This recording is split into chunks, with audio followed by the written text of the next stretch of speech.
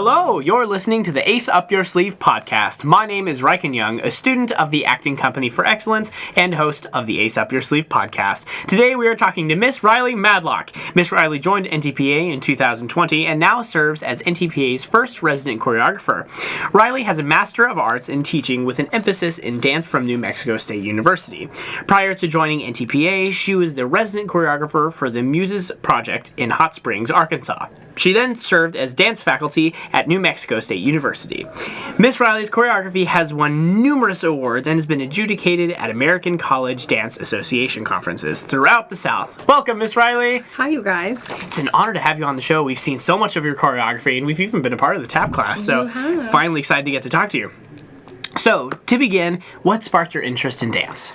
I started dancing when I was 2. My cousin, who was 4 years older than me, was all wrapped up in it, and I went every single day, and I watched her from the corner, and I finally was just like, please let me go. I really want to dance. And then by 4 years old, I was doing all the styles and begging every single day to go. And, like, you only get to go once a week when you're that old, but, like, I wanted to be there every day. What's your favorite type of dance style? Oh, gosh. It's really hard to decide. It really came in phases. I did drill team for a while. I was going to go to school for ballet, and then I got to college and I wanted to do modern, and now like jazz musical theater is the thing. It just kind of it goes in phases. So you've trained as a dancer all over the world. What did you gain from those experiences? I really realized that training is everything. Going to class is everything, really honing in on your craft and getting those tools in your toolbox is everything, but also making the community wherever you are and meeting people and getting to like make friends, that is what I cherish the most. Yeah, I got to perform in Italy and in these cute little squares, and I got to meet all these cool people from around the world, but the biggest part is that now I have friends that I can just call and be like, I miss you, let's talk about dance, let's talk about what you're doing. And I think those experiences have been my favorite. You gotta love those experiences. Just connecting with people, and as you said, all over the world, like having like friends in Italy and friends wherever. I'm sure that's a really, really neat thing, like just to have like in the back of your pocket. Yep, and that's what art is all about, making the community. Absolutely. So just kind of an interesting question, how did you become a choreographer? That is an interesting question because I don't really remember the first time I choreographed. I started like helping at my studio when I was really young and working with like the 3-year-old classes and being a little like aide in the room. Yeah. And then about 14 or 15 is when I just started helping in classes. We would get to come up with our own choreo, and then 16 and 17 I started doing my own solos and then other people's solos, and it just kind of happened. I don't really remember the day that I was like, I want to become a choreographer. It just was like who I was. It was just there and it just blossomed. So bouncing off of that, how do you teach your choreography to students? Are there different styles of teaching methods when it comes to choreography? There are so many different teaching styles, and any class you go in, you're going to find different teachers, and they're all going to have different ways. And every time I've gone into a class or I've taken a class from a new person that I've never met before, I really think about now what are things that they do that I really enjoy, and I hone in on those things, and that's how I really became the teacher that I am, is by using things from all the people that have inspired me. I think there are so many different teaching methods, and there's no right or wrong. There's just what you enjoy. I like to, if I'm teaching choreography really fast, I really like to teach as much of it as I can and then go back and clean it up. I want to get it all out there. I want to see what you've got. I want to see what I can fix and how I can make you look good. And then I go back and I clean it up, and then I add the spice, and then I add the fun stuff once the framework is there. So kind of like a cactus. Like on the inside, it has the skeleton and all that stuff. I guess that could be with most living animals. All living bodies. Yes, but it has that skeleton, and then like you add the spines and the flowers and like the flesh of the cactus on the outside. Yep. Neat. Yep, that is how I work. How would you describe your dance style and dance teaching practices?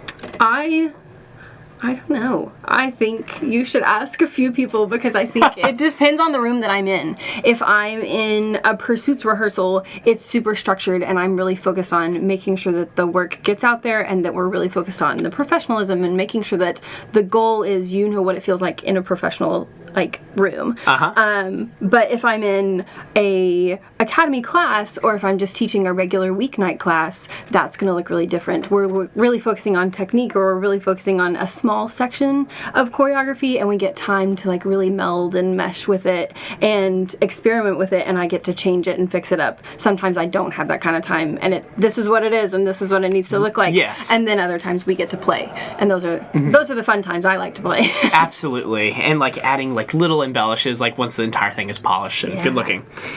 So what makes a good choreographer for a theater production, in your opinion? And what advice would you give someone who wants to become a choreographer?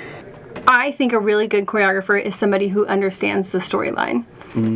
Your choreography has to push forward the storyline and has to tell the story without using the words. You're going to be able to sing the song sometimes, but if you're in a piece like the Oklahoma Ballet, there are no words. And how do you express the whole storyline? How do you make the audience understand what is happening through your movement? A chasse is a chasse until it has some kind of storyline behind it. So how do we do that? And a good choreographer is somebody that can really push that storyline and push the emotion and make you want to sit there and not move and really just watch what's happening. I think great choreography can have really fast moments and really build and have lots of stuff going on, but also can be really still. You can have still choreography that's slow and really intriguing and pulls the audience in, and that is yummy to me. That is my dessert. Small choreography that I'm like, oh my gosh, how do they do that? I love it. Just the little stuff. Yeah. If you want to become a choreographer, my advice is, 1, go to class. Well, always go to class. That's always my answer. But start going to class and finding tools that work for you, and then become a student choreographer. I have lots of student choreographers that come in and are like, I just want to do one number, or like, I just want to help you do a number, and then I let them teach a section, and then I give them feedback on, okay, these things really worked for you, or these things didn't work for you. Let's see what happens in the next room, and then just keep growing. Take all of the information that you receive from other people, all of the advice, all of the feedback, weed out what you think is important to you, and then just keep growing and building on that. Yes, absolutely. So going just a little back. So I know a lot of choreographers and a lot of directors especially like to really tell a story with your face. How do you think that incorporates itself into the choreography? I think it's super important.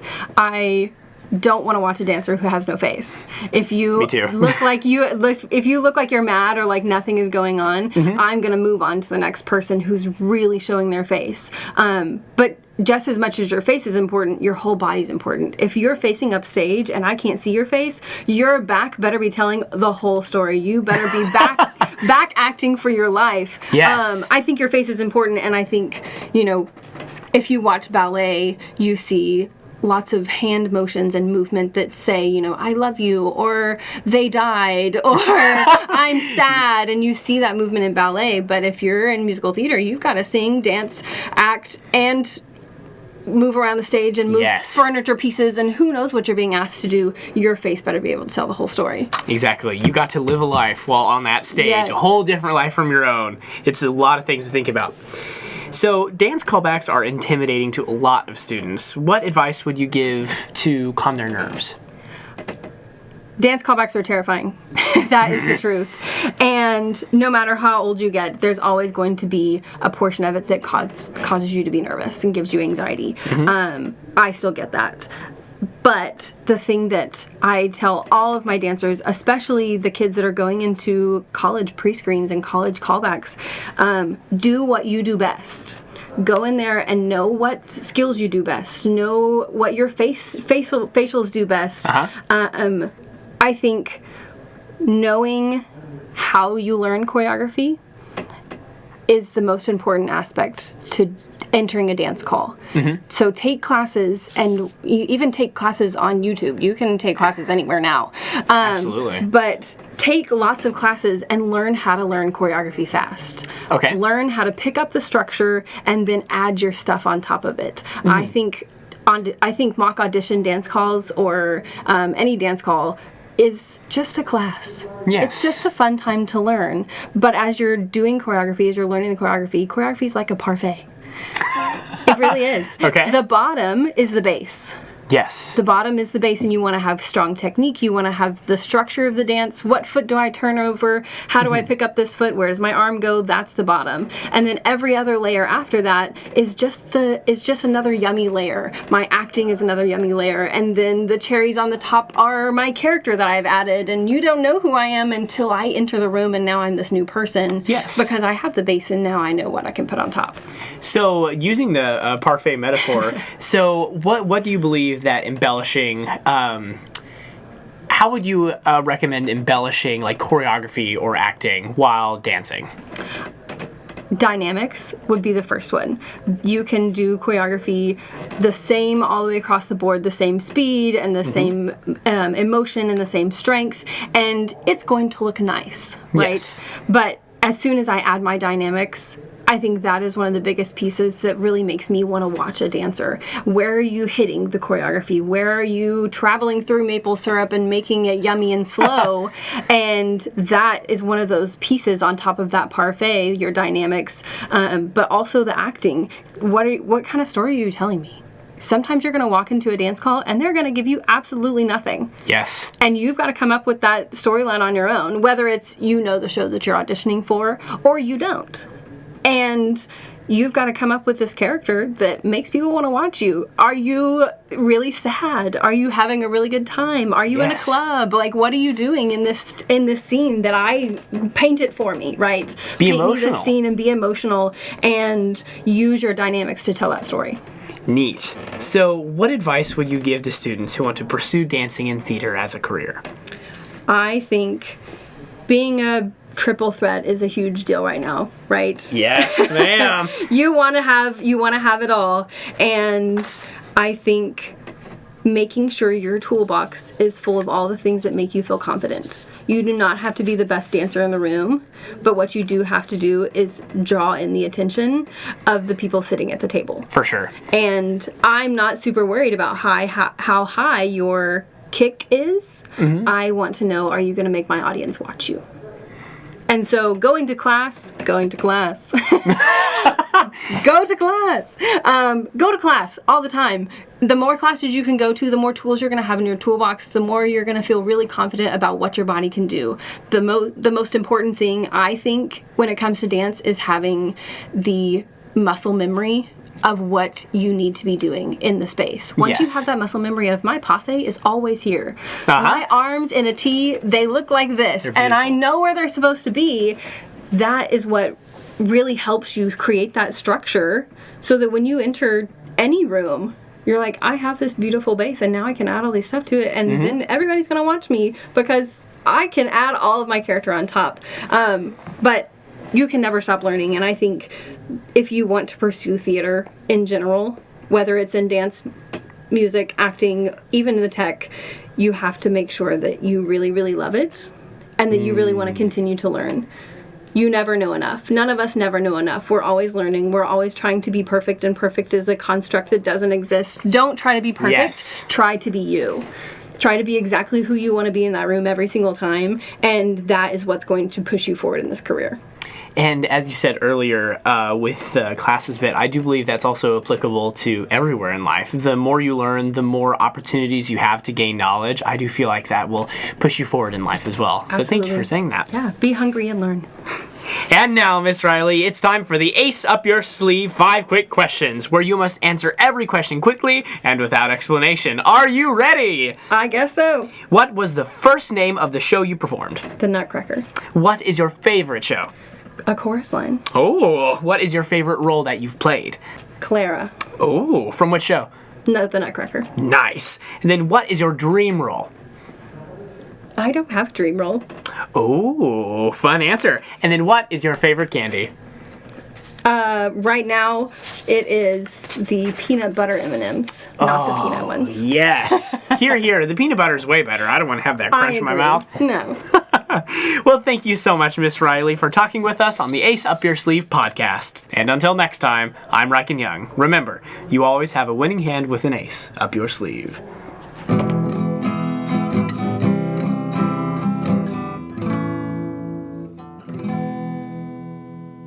The Ace Up Your Sleeve podcast is brought to you by the students of the Acting Company for Excellence at North Texas Performing Arts. This podcast was created by Reichen Young, with sound design and editing by Latham Young. Faculty supervision is provided by Hannah Brewer. NTPA is a nonprofit organization dedicated to developing the character of youth through quality performing arts education and family entertainment. Learn more about upcoming programs and events at ntpa.org.